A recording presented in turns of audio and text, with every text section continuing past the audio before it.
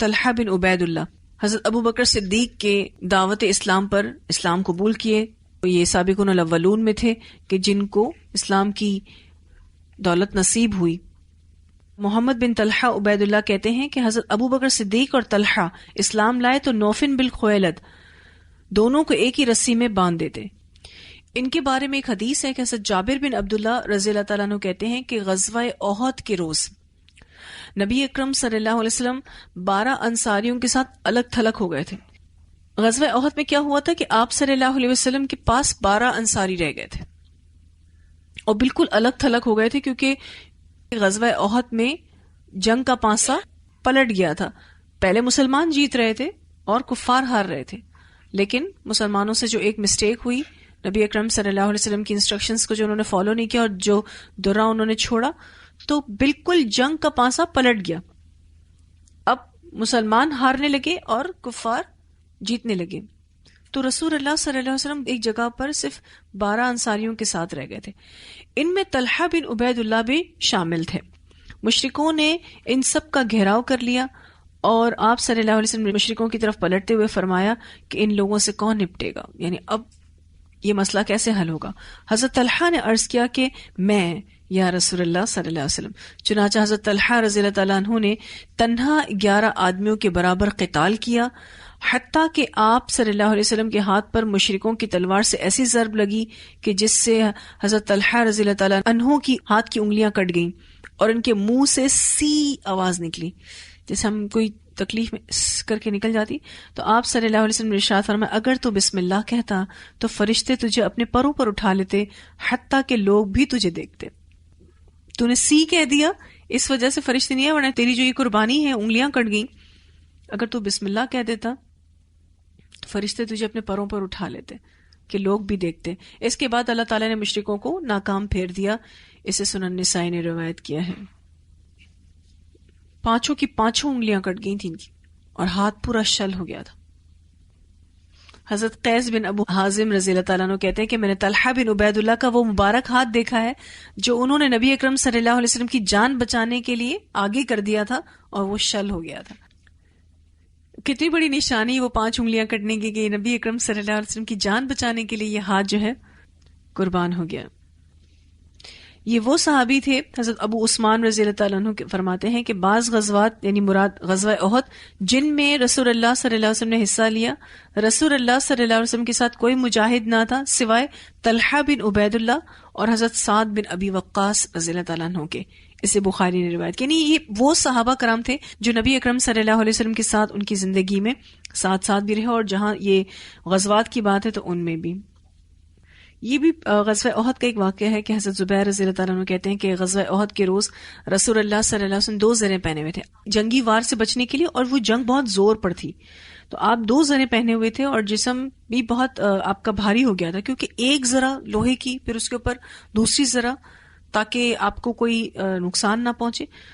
ایک چٹان پر چڑھنے کی کوشش فرمائی لیکن چڑھ نہیں سک رہے تھے آپ سر، ظاہر اتنا ہیوی جنگی لباس پہنا ہوا تھا. تو حضرت طلحہ رضی اللہ تعالیٰ عنہ نیچے بیٹھ گئے اور نبی اکرم صلی اللہ علیہ وسلم ان کے کندھے پر سوار ہو گئے اور یوں چٹان پر چڑھ گئے، یعنی اپنا شولڈر دیا ایز سٹیپ پر چڑھنے کے لیے کہ آپ پہلے اس پر چڑھیں اور پھر اس کے بعد آپ چٹان پر چڑھیں. اس وقت نبی اکرم صلی اللہ علیہ وسلم نے فرمایا طلحہ پر جنت واجب ہو گئی.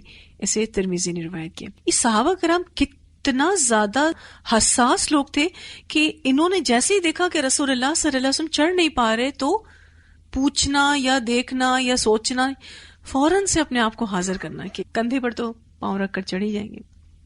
ان کا ذکر کہ جن لوگوں نے اپنی نظر کو پورا کیا، یعنی رسول اللہ صلی اللہ علیہ وسلم کی وفا کا حق ادا کیا، ان میں حضرت طلحہ بن عبید اللہ تھے. حضرت ابو بکر صدیق کے سامنے جب بھی غزوہ احد کا ذکر ہوتا تو وہ کہتے کہ وہ سارا کا سارا دن جو تھا نا حضرت طلحہ کا تھا، یعنی اس میں سب سے زیادہ ایکٹیو حضرت طلحہ بن عبید اللہ تھے. تو حضرت ابو بکر صدیق ان کو یہ خراج تحسین پیش کرتے تھے کہ احد کا دن تو طلحہ کا دن تھا. حضرت طلحہ بن عبید اللہ رضی اللہ تعالیٰ عنہ کہتے ہیں کہ رسول اللہ صلی اللہ علیہ وسلم نے احد کے روز مجھے طلحۃ الخیر، بھلائی کا ذریعہ بننے والا، اور غزوہ تبوک کے موقع پر طلحۃ الفیاض، بہت فیاض، اور غزوہ حنین کے موقع پر طلحۃ الجواد، بہت سخی کے القاب عطا فرمائے. یعنی آپ صلی اللہ علیہ وسلم نے ان کو طلحۃ الخیر، طلحۃ الفیاض اور طلحۃ الجواد، یہ سارے جتنے بھی القابات نبی اکرم صلی اللہ علیہ وسلم نے دیے.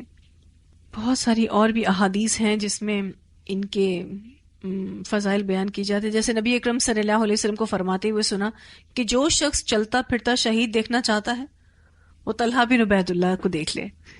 اسے ترمذی نے روایت کی. چلتا پھرتا شہید. حضرت ابو ہریرہ رضی اللہ عنہ روایت کرتے ہیں کہ رسول اللہ صلی اللہ علیہ وسلم حرہ پہاڑ پر تھے. آپ صلی اللہ علیہ وسلم کے ساتھ حضرت ابو بکر صدیق، حضرت عمر، حضرت علی، حضرت عثمان، حضرت طلحہ، حضرت زبیر تھے. پہاڑ ہلنے لگا. یہ اتنے ایمان والے لوگ جب پہاڑ پہ کھڑے ہو گئے تو پہاڑ ہلنے لگا. نبی اکرم صلی اللہ علیہ وسلم نے فرمایا رک جا، تیرے اوپر ایک نبی، ایک صدیق اور باقی سارے شہید کھڑے ہیں. جس میں آپ دیکھیں حضرت علی بھی شہید ہوئے، حضرت عمر بھی شہید ہوئے، حضرت عثمان بھی شہید ہوئے، حضرت طلحہ بھی اور حضرت زبیر بھی، سب کے سب شہید ہوئے. اور ایک ابو بکر صدیق تھے اور ایک آپ صلی اللہ علیہ وسلم تھے. جنت کی بشارت پانے والے 10 جو جلیل القدر صحابہ ہیں جن کو عشرہ مبشرہ کہا جاتا ہے، ان میں شامل ہیں یہ طلحہ بن عبید اللہ. اور حضرت عمر فاروق نے شہادت سے پہلے، حضرت عمر کے بارے میں اگر آپ جانتے ہوں کہ انہوں نے شہادت سے پہلے کچھ صحابہ کرام کے نام دیے تھے کہ ان کو آپ خلیفہ بنا سکتے ہو میرے بعد. ان میں ان کا نام بھی شامل تھا، طلحہ بن عبید اللہ کا.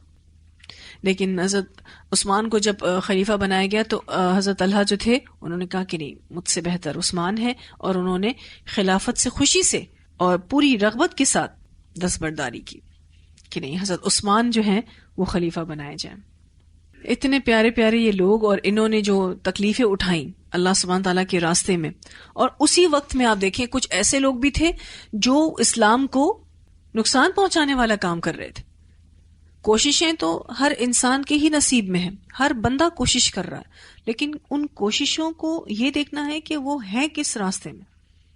جس کی جیسی کوشش اس کا ویسا ہی انجام ہے.